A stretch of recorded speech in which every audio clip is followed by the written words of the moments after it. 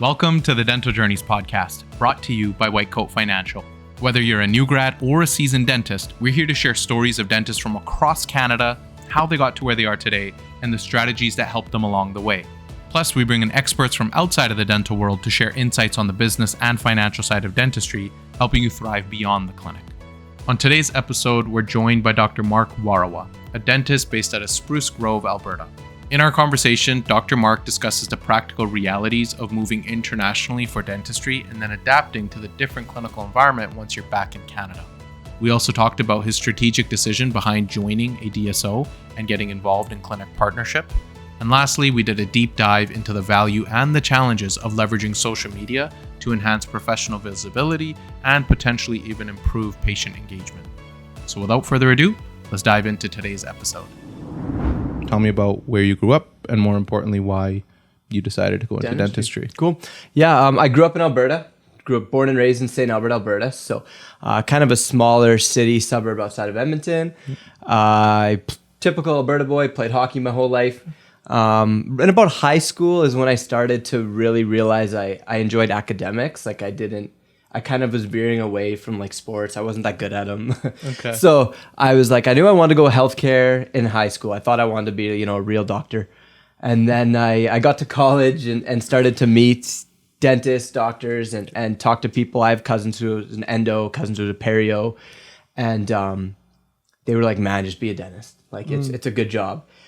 So I kind of got pushed into it. And then it was kind of cool because I found out that I liked it during it. So it was one of those things that kind of was like, all right, I'm going to go to school to be a dentist. So I went to the University of Queensland, or the University of Concordia in Edmonton. Just took a couple of years of sciences to boost that GPA. Okay.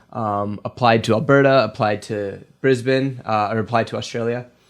Got waitlisted, interviewed at U of A after my second year, waitlisted. At the same time I applied to Australia, got in. So I was like, you know what? My parents were like, you're going. So I was eager to, I really wanted to get started. And then at that point, I really enjoyed it. So, kind of why dentistry, once I figured it out, I think a lot of people go into dentistry and they don't actually know why they want to do it. And I was one of those people. I figured it out during dental school. And I really like working with my hands. I relate more to maybe my trades friends than I do my corporate friends. Right? Like my friends who are in the office, I don't relate to them. My friends that are in the trades, building stuff with their hands, problem solving, getting that instant gratification of fixing something same day, I enjoy. So that has been my favorite part of dentistry. In school, I thought I'd be cosmetic driven. I thought, that was kind of the vibe I was wanting to go for. If you told me my favorite procedure would be a molar root canal back to back, I would have laughed. I love that now. My favorite stuff is molar endo. Okay. Kind of doing a molar endo with the same day Surat crown is my favorite thing. Surgical extractions, full clearance, stuff like that. Dabble with the whizzies a bit. One of our other associates is really good at it, and he does sedation. So, he takes that on. But yeah, I just learned to be a dentist through the school. I didn't really... I didn't really know how much I'd enjoy it until I started diving into it. I saw a post that you made a long time ago, and it really resonated with me.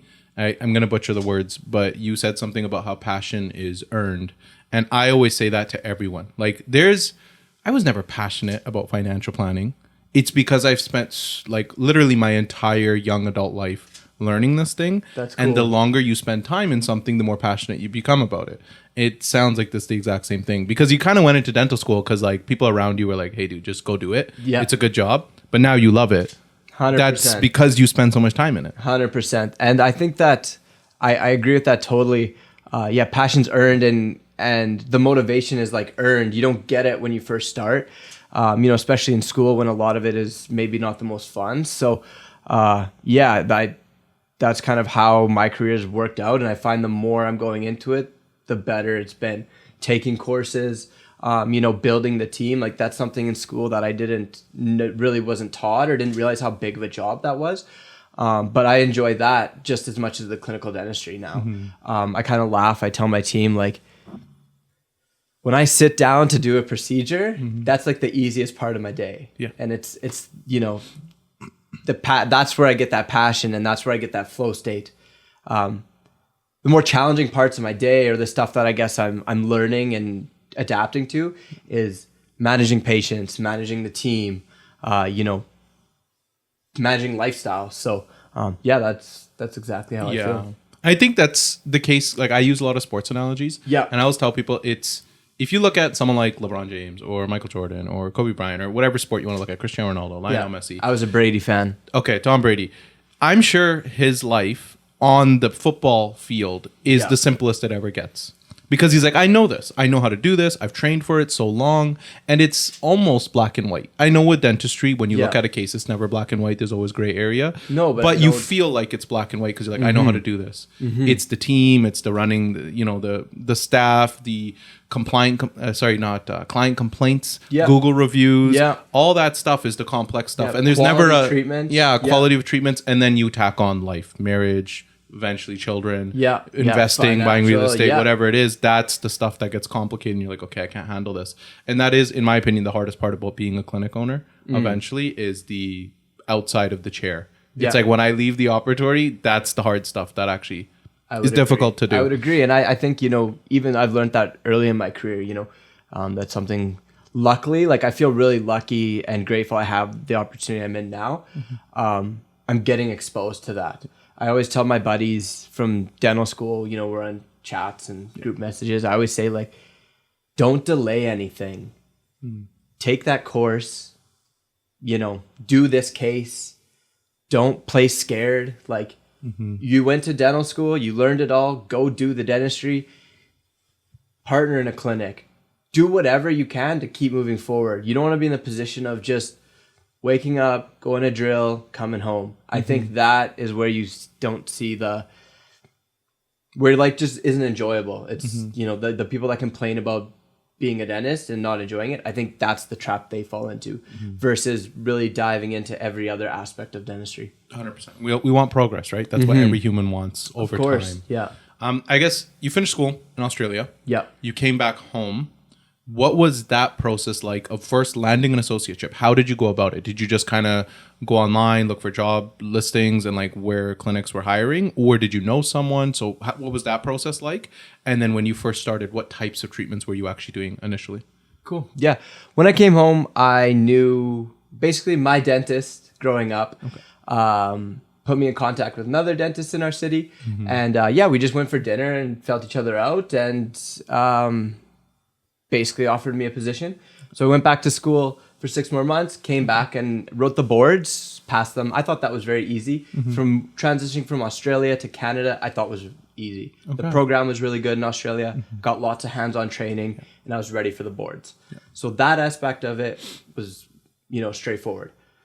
When I joined the office that I started at, it just wasn't what I was expecting. In Australia, I was doing kind of public health. So I would see 15 patients a day. It was extensive quad dentistry. It was extensive extractions, molar root canals. We were full on basically running a clinic out at a hospital, with the help of the attendings, but we were the workhorses. When I came back, I just wasn't busy. I didn't know how to treatment plan in the private sector. I didn't understand insurances. I didn't understand people's expectations, because when I was in dental school, they were coming to me because they needed us. We were their last resort. We were the hospital dentist. When I joined privately, it's a different story, right? Because now you're coming out of school and you're expecting to deliver the highest quality dentistry that you can because it's private. So that was a bit of an adjustment in the sense of I felt like I didn't have much guidance. And that kind of led me to find a different opportunity. That was the biggest hurdle, I would say, is just adapting to advanced treatment planning. How can we not just treat someone, but how can we optimize their health? And, finding a clinic that has the technology, has the facilities. Like, I didn't even realize that you want more than one chair to work out of, right? Things like that, I had no idea. I wasn't taught that in dental school. And I think, that's kind of my little side project I'm working on now, is I really want to help dental students transition from being a dental student to being a rock star associate right out the bat. Because I think if you don't have great mentorship, it can really hinder the first bit of your career. Yeah, absolutely. And again, going back to sports, it's like there's the on the court and then there's the off the court work. In dental school, they teach you all about on the court, the actual treatment. But all the stuff like how to sleep the night before, what to eat, what training to do in the off season, that's all off the court stuff. In dental school, you just don't have the time to get to it. There's so much stuff that you have to learn in the operatory 100%. That outside the operatory, they don't have the time to do that. And in your early career, you would hope that's what your mentors are for, or at least that's what your principal dentist is for. But it's difficult because sometimes principal dentists are busy themselves and they don't have the time to work and help you to do that. They just need you in the operatory doing the work. And so you kind of get stuck there. Exactly. I guess transitioning away from that initial clinic, what are you doing today? So where are you working, number one, and then what types of treatments are you actually doing? Obviously, you touched on it a little bit. So I work at Spruce Grove. So it's a little regional town, city outside of Edmonton. It's considered part of the greater Edmonton area. Treatments, I do everything. Like I'm really aspiring to chase that like super GP lifestyle. Molar root canals, quad endos, because unfortunately some people need 2 endos in one spot, quad restorations, Surac. More recent endeavor has been implants and surgery. That was one thing in school we didn't get to touch on as much. My school was excellent with, I would say, most sides of dentistry. We didn't get a whole lot of implant training. So that's been a new endeavor of mine. Porcelain, I'm really trying to get into smile design. So I've been taking courses on that and trying to hone those skills. But yeah, overall, my day-to-day looks like, a couple root canals, a few extractions, quad restorations. Okay. So pretty much just you're being a true GP, which is I'm doing a little bit of everything. I'm not necessarily honing in just yet. Do you think that let's say in the future that you will consolidate your scope of practice? Yeah, that's something that I still feel like I'm going through and learning. Some days I wake up and I'm like, I just want to do smile design. And then some days I'm like, I really enjoy the days where I have an empty schedule or a half full schedule. And then I get 3 or 4 emergencies. And it's just that kind of rush of being like an emergency dentist, almost like an emergency kind of, I'm not comparing myself to, an emergency surgeon, but it's got those vibes, right? I really enjoyed that side of it. So right now I'm trying to see, maybe I can do, the drill and fill 2, 3, 4 times a week. And then maybe 1 day a week, I just focus on smile design or, complex larger cases, multiple implants, stuff like that. I think right now I'm just a little young in my career to fully dive into something, but I'm taking lots of courses. So right now I'm going through the LVI program, about to take Core 3 with all the boys in Vegas. So that's going to be wicked. I've taken, APA's smile design course. I've done some surgery courses, implant courses. So I'm definitely trying to learn every niche and see where I want to go. Right, coming out of school, I thought I'd be doing cosmetics only. Now I don't think I would enjoy that every single day. Yeah. I think that's important when you're a young dentist. You don't know what you want to do yet. Yeah. It's important. It's like dating. Yeah. It's like see the field, see what you like, see what you don't like, and then eventually you can lock in on maybe, okay, this is the types of cases I like working on. Because that's the biggest benefit of being a GP, is that you have that freedom to maneuver and do lots of different cases, expand your scope of practice, decide what you want to do. Whereas specialty, you're kind of locked into that profession. And so it's like, why not take advantage of doing that, especially at such a young age? You're like, 100%. I'm going to be doing this for 20 years, 30 years. Why would I limit myself to only one type of treatment at this stage? And I think that's really important for new graduates coming out of school, is to find an office that allows them to explore all parts of dentistry. That they don't refer out every root canal, they don't refer out every surgical extraction or implant. It allows you to see the parts you like. Really grateful that that's where I'm at. I don't have a choice. I'm the principal dentist at a rural clinic, or not rural, regional clinic. I got to treat everything that comes into my door, obviously within scope, but that's been my favorite part of being an associate is seeing everything. I think it's kind of a shame to like pick a specialty right out of school. I get it. Like some people are super driven that way. If they know what they want to do They know what right they away. want. And Yeah. like if I would have picked like pros straight out of school, I don't think I would have. It probably would have taken me a bit of time to enjoy that. Because it's not every day that I enjoy, a pros case. Exactly. And I think, honestly, the schools do a good job of vetting that early. There's certain people, like even me, when I meet them while they're in like, dental school, they're like, I know I'm going to oral surge. Like that's what I have to do. Even if I don't get into oral surgery, when I become a GP, all I'm going to do is like oral surgery cases. There's certain people who know what they want to do. Yeah. But if you're ever like, I don't know 100% what I want to do, there's no harm in like just being a general dentist. Yeah. And doing all the cases. I feel like there's a bit of dentistry's pushing in that direction where if you're not specializing in a certain thing, even as a GP, people are wondering like, hey, why aren't you doing that? Or they think it's not a smart financially thought out move. I would agree. But I would really urge young GPs, at least, just like you. Yeah. It's like, man, keep your scope super wide. Yeah. Do everything until you know what you actually want to do. Exactly. Yeah. Yeah. I guess walk me through, we talked about what you do in terms of the clinical work. Let's talk about outside of that in terms of like your actual career.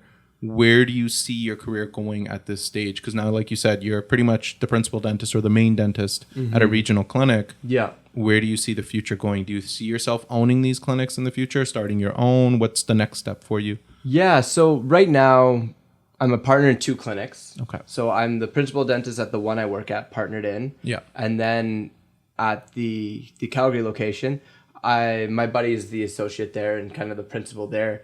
And I really love building the team and seeing the clinics grow. So I think, for the short midterm, let's say 3 to 5 years, just honing in on my clinical skills, becoming the best dentist I can be clinically, learning how to build a clinical team and really just managing that side of dentistry, letting my mentor kind of focus on the business deals, that side of dentistry, while I can be, how can I develop a great team and so I can replicate that in other clinics. So I see myself owning a clinic. I'm not sure if it's going to be multiple and, trying to develop teams and develop clinics and having a smaller share in multiple. I think long term, 5 to 10 years, I would love to see like a sort of like a clinic focused on the whole face. So, have nurses in there doing cosmetic facial procedures, right? Lasers, fillers, Botox, stuff like that. Even skincare type stuff. Okay. Have dentists like a in dermatologist. there. Yeah, like something like that. I think that would be a really cool vision. Just right now, that's not even in my mind. Yeah. It's hard. I feel like I've gotten great success just being an associate right now and being a small partner that I haven't even exactly decided if I want, sole ownership of a flagship or build clinics, build them up, sell them to DSO, kind of whatever way. Yeah. You'll see where life takes you. Yeah. And I think that's important to stay nimble because you're like, okay, I don't know exactly what I want to do. Because clinic ownership is like, it's no small feat. No. When you get into it, it's not like when, for example, when I have clients and they want to invest in a clinic, maybe not even to work there, but more as an investment. Yeah. I always say like we have to tread very carefully. Like if I buy a real estate deal or like we buy a plot of land, it's a lot more liquid than a dental clinic is. So as soon as you get into a dental clinic, like you're in it. And it's going to take up all your time and all your free time. And even when you shut the doors on the clinic, when you go home, it lives in your head. Yeah. And so you just have to be very careful about it. So I think it's a good idea that you're just like, okay, I'm going to play the field, see what makes sense for me. And you're already partnered in. So it's like, okay, great. I know I like building up the team. Yeah. Do I want to continue doing this, right? Yeah. And I think it's fun because it allows me to, share the experience with other like-minded people. I enjoy, like the sports, I've always enjoyed working on a team. So my buddy does the oral surgery. I like the endo, the porcelain and stuff like that. I enjoy working with people. I don't think I see myself as just like a solo practitioner owning a clinic and that's it. I see myself being a part of a bigger group. Okay. I see what you mean. It's almost like a mini DSO. So yeah. That would be like, I think DSO is inevitable. Yeah. I truly do. I think that they are going to take over almost completely. Yeah. I think it's wise to set yourself up in a position where you have a good relationship with them and you work with them. Yeah. I'm glad you said that because again, I work with clients who work at DSOs, a lot who are private, and there's obviously a lot of emotions involved. Some people hate DSOs, some people love them. The fact of the matter is they're here and they're not going anywhere, and they're going to be here, and they're probably going to get bigger. Like when you look at consolidation down in the US, we're actually quite a bit far behind them, and I could see that increasing. So they're not necessarily bad. It's just a different flavor. It's like, just go do what you want to do at the clinics you want to do it at, and it's like that's it. I think, you know, at least my experience is we have a relationship of the DSO is an investor and we are the clinic. We own it. We run it how we want it. We provide the patient care we want, and we build the team we want. That is a model that I really want to pursue. You know, you're never going to beat them with their pricing. They get better pricing, sundries, courses. They have economies of scale. Exactly. You're not competing with that. And so if you can learn to partner with them and provide the experience for the patients and for the team that you want, that's kind of the vision that we're going in right now. And I'm quite confident in that. I think there obviously is still room for these small independent practices, super niche, right? Veneers, microendodontics, surgery, those are always going to exist, and those are great. Aspiring to be that super GP lifestyle, I think it's great to also have the DSOs on your side. No, that's fair. I wanted to shift gears here a bit and talk about your social media presence, because that's how we initially connected. That's how I usually connect with most guests. But your content is not traditional dentistry content. It's not like, you know, my whole Instagram feed has been ruined. It's like people's mouths open and like oral surgeons ripping someone's face apart. I know it's not what they do, but to me as a citizen or civilian who's not in dentistry, I'm like, oh God, I can't have dinner tonight. And so that's my whole Instagram feed. But your feed is just completely lifestyle content. And obviously there's dental stuff sprinkled into that because that's part of your lifestyle, but it's not like the clinical work and you're showing off to your fellow dentists of like, hey, look at the veneer case I did. Yeah. So I'm curious, what made you start building a personal brand? And I guess up until this point, has it opened up any opportunities for you doing so? Especially a personal brand that's not super dental clinical focused. Yeah. So I started social media in dental school. Okay. I was bored. I was in Australia. I didn't have a lot of, you know, close family or friends. So I was like, you know, in my spare time, I'm just going to start posting vlogs, dental school vlogs. Okay. Really enjoyed them. I've never been a creative person until that. And I was loving it. I, you know, was essentially big into fitness at that time. And we just create dental school lifestyle vlogs.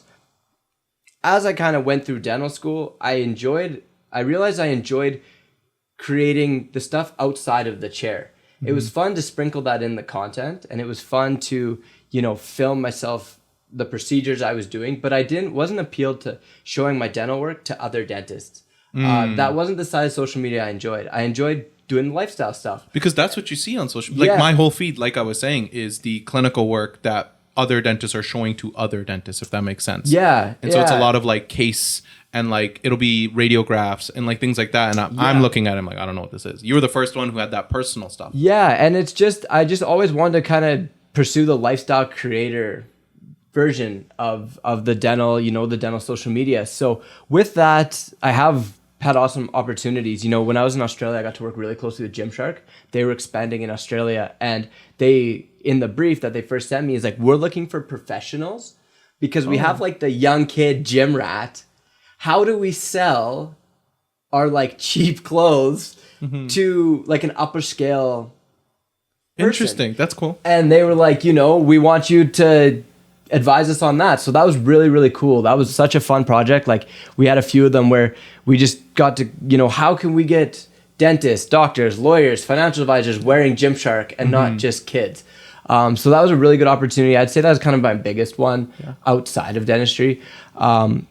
Within dentistry, I have worked, like I got to speak to students at the U of A, which was awesome. Like that was so fun for me, especially being only 2 years out, having the opportunity to speak to students about mentorship and, you know, the knowledge I wish I had coming out of school. I only had an hour. I could have talked for 5 hours on that. So I think using my channel, that's where I want to take it right now. I want to move away from, you know, just kind of cheesy vlogs to how can I help other dental students, young dentists transition to be a dentist.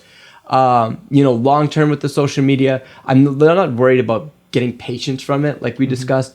I wanted to just build a personal brand of work with dental, become a key opinion leader with whoever, right? Yeah. That's kind of the route I want to take it. And I think showing a lifestyle perspective is a little more authentic and relatable than me posting my perfect endo, right? That just doesn't,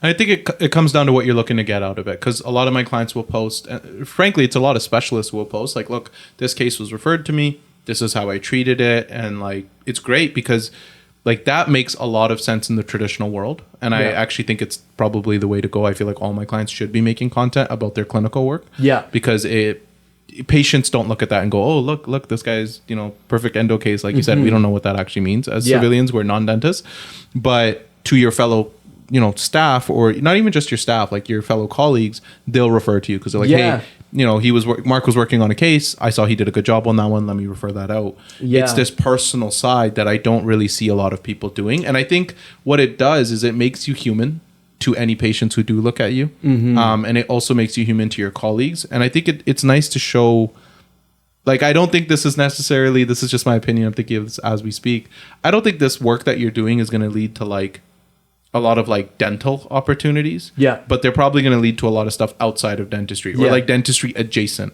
with like brand deals and things of that nature. It's I'm in this stage right now where I'm not really concerned about like getting brand deals or using it to monetize. I'm just trying to build a personal brand of like Dr. Mark. And when I look at inspiration, I love watching Dr. Appa's page.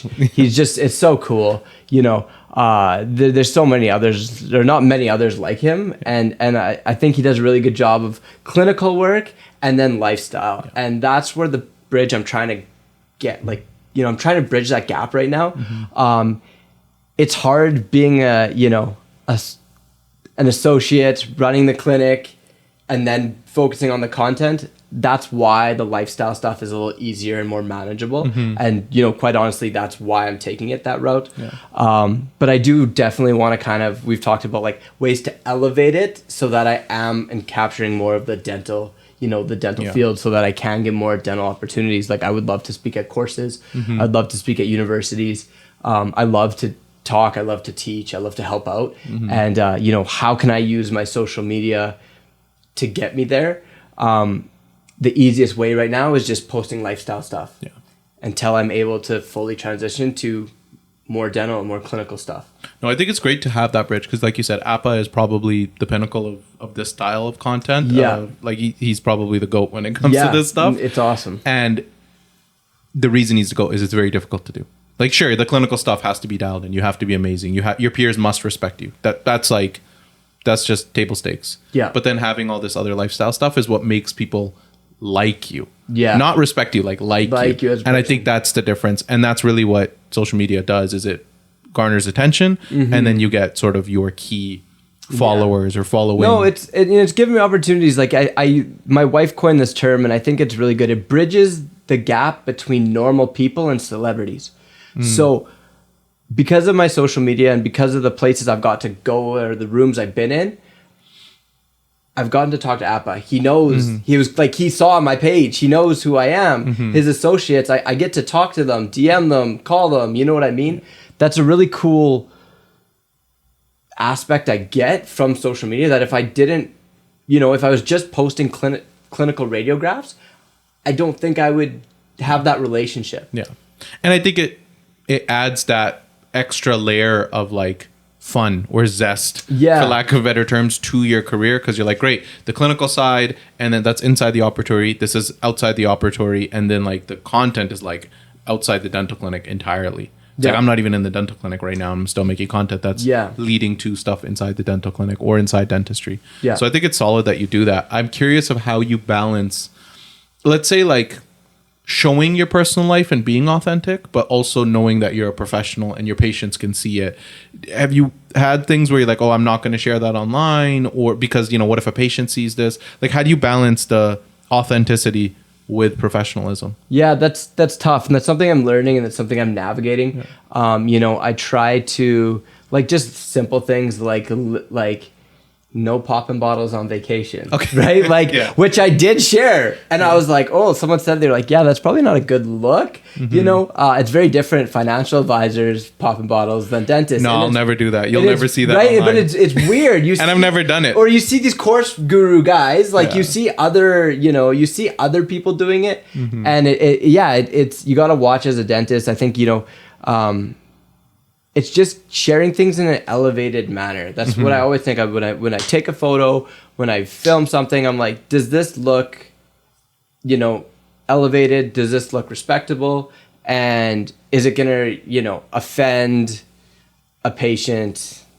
I hate to say that because I'm not scared to offend a patient, to be honest. Like, if you get offended by me posting a lifestyle type content, then you're just not the patient for me, right? So it's tough. I'm navigating that. I don't really have a super clear formula, and I think that's something that I want to work on. Is like, how do I, is there a formula? Because I know that there's like Appa's stuff. It's not by accident. He's got a formula of like, this is lifestyle, this is clinical, this is laid out, and it's just learning how to do it because I don't have help on that. I built this myself, right? Yeah, 100%. He probably has a whole team and they have a formula. We're going to record this type of content today and this type of content today and this stuff. Like, it's a part-time job, honestly, creating content. That's why I'm like, I don't know how you do it, man. Like, it's the amount of work. But no, honestly, I don't know how you do it. Like, I look at some of the videos you make and I'm like, that would take me 3 hours. I don't edit anything at all anymore because I'm like, I don't edit because one, I don't feel like it's worth the time, but more importantly, everyone's self-conscious. Yeah. I will look at videos that I've made and I'll be like, I didn't like how I said that. Or, I don't know, like my opinion has changed on that. Like, for example, I will record content in batches and then it comes out slowly. And I'll see something from a batch that was recorded 4 months ago. I'm like, oh, my opinion has actually changed on that. Yeah. And so now I actually won't post that video anymore because my opinion has changed on it. Yeah. And so it's tough to like transitioning into being authentic. It's also not easy posting online because now it just opens you up to scrutiny. Like you said, I think it's important to share that story. Someone left a Google review. Yeah, like this was like, I've never had internet hater. Like, I've honestly never had someone. And I was away on a course and I was just starting. I basically took a break from social media and I was just starting to post again and I was having a good time. The team was loving it. Like, it was so fun, building momentum again. And I come home from this course and I see this Google review of like, I was in pain. Dr. Mark took out his phone and made a TikTok. And I was just like, clearly false. Clearly a hater. Like, this never happened. And it hurt because it was on my Google review, and you can't remove them. And it was one of those things that I was so upset about for about a week, man. Okay. Like, I honestly was really upset about it because I was like, it's not like I was sharing anything unprofessional. It's not like I feel like I give good vibes of, I'm just a dentist, building a team, working at the clinic, doing good work, making patients happy. And someone wanted to just tear me down. Yeah. And that is something with social media. You're just going to get, it's part of the game. You just got to take the punches and roll with them. Yeah. And I learned from it though. Like, that's where we talk about this gap about being professional and then sharing lifestyle. I was like, okay, no more alcohol on my social media or, a glass of wine, whatever. That's but right. Like, maybe, it's tough because I don't know how to phrase it because I don't even know how I balance the professional with authentic. Right now I just kind of post. Yeah. And I don't really think about the repercussions too much. No, that's fair. And I think it's tough because when it comes to posting online and showing your actual life, it's intimate. Like, you have your partner's face on your social media. Yeah. I'm sure she's on social media, but like, it's the inside of your home that you're recording in. I know that's such a minor detail that like someone who doesn't make content would see, but like, I record all my stuff in my office. I don't like show my house or nothing. No, for sure. Because what happens as well is that if you post something that, let's say, actually, let's just be very frank and blunt about it. Sure.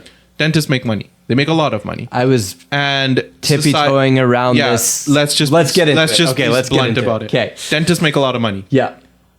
When you go and a patient comes in, they say, I don't know, you're going to charge me X amount for whatever the treatment is. Yeah. people think that you're charging that so that you can go and buy a nicer car or pop bottles on vacation. It's like, no, they don't. Yeah. They don't realize that. No, I have to pay my assistant here. I have to pay my hygienist. My lease is $8,000 a month. Like, there's all these things that go into that cost. Yeah. And yes, I do earn profit off this, but welcome to capitalism. I worked really hard. I went to school. I had $400,000 of student loans. Yeah. I sacrificed all of my 20s so that I can earn this income for the rest of my life. But what happens is when you post it on social media, it's now like, it gives them something to be angry about, I think, people. Yes. And so that's the tough thing. That's kind of what I was tippy-toeing around. Okay, and I'm like, let's just talk about it. Let's just talk about it. Yeah, that's something that I'm a bit conscious about, right? It's hard because I don't want to post luxuries, but at the same time, that's just a part of my lifestyle. My mentor had a good phrase, and he said, would you want your dentist driving a 1999 Honda, or would you want your dentist driving a Ferrari? Some people would get triggered by that and be like, oh, he makes way too much money, blah, blah, why is he affording this car? But it's like, if you break it down to it, the best people in their profession make money. And so if, being a good dentist and making money, being a good dentist clinically, ethically, morally, and being a good businessman, they come hand in hand. And if you're a good dentist and you're doing well for your patients, you're going to make money. And with that money, you're going to enjoy it on your lifestyle. So, yeah, there's been times where I've been on like a luxury vacation, or, there's clothes that I have or vehicles. And yeah, I'm like, do I post this? Do I not post it? It's tough. It's something I'm learning how to balance. Like maybe against financial advice, I went out and bought a very expensive surf boat, top of the line. I think I was like 1 year out of school. Yeah. Yeah, I would advise against that. I'm kidding. But it's something that brings me joy, and it's I have a lot of fun with it, and it's a luxury that I want, and I think that I earned. Yeah. So I say, to the patients that might be upset, or to the public that might have that perspective of like, dentists make too much money or whatever, I would say just like respectfully, you're not my patient. Yeah. I'm not going to cater to people who are going to be upset over something like that. It's one of those things, and I just am, that's how I'm monitoring it. I would love to hear your opinion on that. I think it's tough because at the end of the day, people have, like, money has a lot of emotions tied to it. Of course. And people have a lot of feelings about money. And so if you show signs of money, it will, trigger someone one way or another. Like, there's a lot of people who think money is evil. And so if you show that you have it, they start to think you are evil, or that you're not ethical, or that you aren't doing the right things for your patients and earning so much money because you're not doing the right things. Yeah. And so, like, but you can't change someone's opinion on that. Like, they have to speak to a counselor about that. Like, I as an advisor can't do that. There's literally financial counselors now, because people are realizing how many emotions we have tied up in money. This is why people can't just buy an index fund and leave it. It's why there's so much emotion tied to it. And so it's tough, because as soon as you show your lifestyle, you are opening yourself up to having negative feedback from people who have a bad experience with money or feel that you're earning too much of it. But I think societally, like, it's really hard to just say, okay, whatever, ignore it. It does impact you. You think about it. Yeah. And it's tough because I don't think it's fair for individuals to police how people spend money. And that's coming from a financial advisor, because I will never police my client on, hey, this is how you should spend your money. Yeah. I will educate you and tell you, hey, if you make this much money, we should allocate this much here, and this is what we should do. Yeah. But fundamentally, I didn't go to dental school. Yeah. I don't sit in your operatory. I don't make your money for you. You have autonomy over how you spend your money. Anyone policing you over how you should be spending your money is just, it's just wild to me. It's tough. And so, like, and as an advisor, if I'm not telling clients, hey, this is how you should be doing it, like, no one should have judgments over how you spend your money. Yeah. It's your money. Spend it however you want. Yeah. It's like, as an advisor, my job's to educate, but the general public, their job is to not do anything about it. Who cares how you spend your money? Like, it shouldn't matter. Like, I know when, like, billionaires buy yachts and stuff, everyone goes crazy. Like, oh, you could have fed this many people.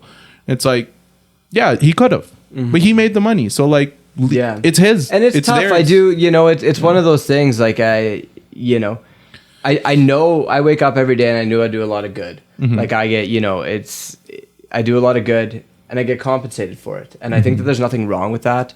Unfortunately, people gray the lines with healthcare. Yeah. I think in Canada, it's a little worse too. Like, in the US, people are used to paying for healthcare and stuff out of pocket. And so, I was listening to a podcast the other day, and he was like, the Cowboys, like the Dallas Cowboys, their surgeon is mansions all over the place, like money, crazy money. Okay. But it's like, as a patient, like I want to see that surgeon because clearly he's doing something like he's good. Right. And I think people, they take money and put it in a negative way. It's something that I don't know really how to deal with on social media. I basically just, I just post my stuff, man. Okay. No, I think that's the way to go. Like I've actually refrained from it entirely. You'll notice I don't post nothing about other than personal. Literally nothing personal. Just because my wife didn't sign up for that. You know, like it's just, she didn't sign up for that. And like my life is so different. You know what it is too?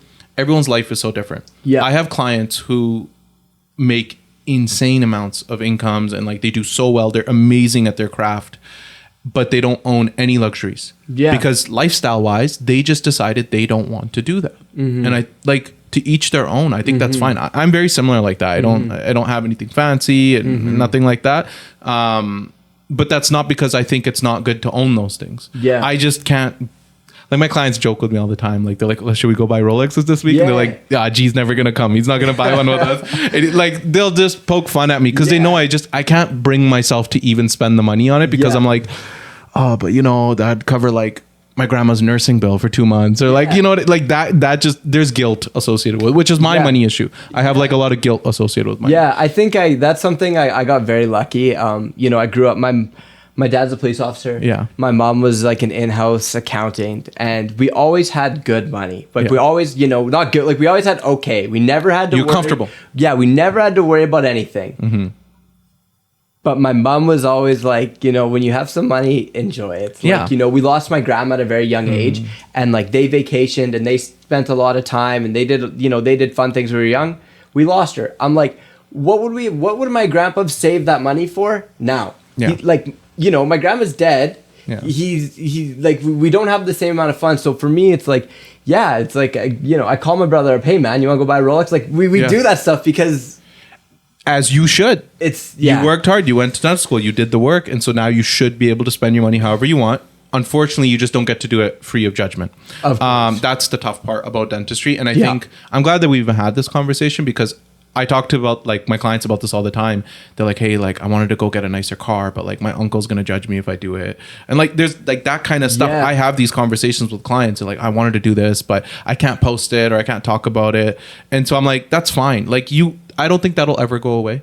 You just have to become comfortable with people not being happy about it. Yeah. As long as it's like professional and you're not doing anything that like, let's say brings down the profession. Yeah. Then I think it's fine. Because like, again, like the popping bottles and all that stuff. That is probably the only thing I'd like maybe put that on like the close friends so no one else can see it because you want to elevate your profession as well on top of your content. I agree. And so it's like as long as dentistry never gets put in a bad light, then you're all good. You should post whatever you want because the last thing you want to do is put your profession down. Then you start getting 100%. Haters that are not like patients. You get haters within your industry and you never want that. You want to be. Of course. Yeah. Of course. And so I personally think you do a good job of it. Thank you. Like, but I don't think it'll always be there. People will always be upset that you have money. But it's like, well, then you should have went to dental school or you should have went to med school. It's a tough topic. It's just so much. There's a lot to it. Yeah. But I think as we wrap up, I wanted to ask just a couple things. Yeah. First is we talked obviously about your career aspirations and where you want to go. And you talked also about, advice that you give to young dentists. Yeah. Obviously you're a young dentist yourself, but let's say someone who's in dental school. Yeah. Do you have any sort of, let's say, you have any advice for them of like, hey, what should you be doing in dental school to set yourself up for an associateship? Yeah, this is my biggest thing. Don't play scared. Learn everything. Dive into the hard case.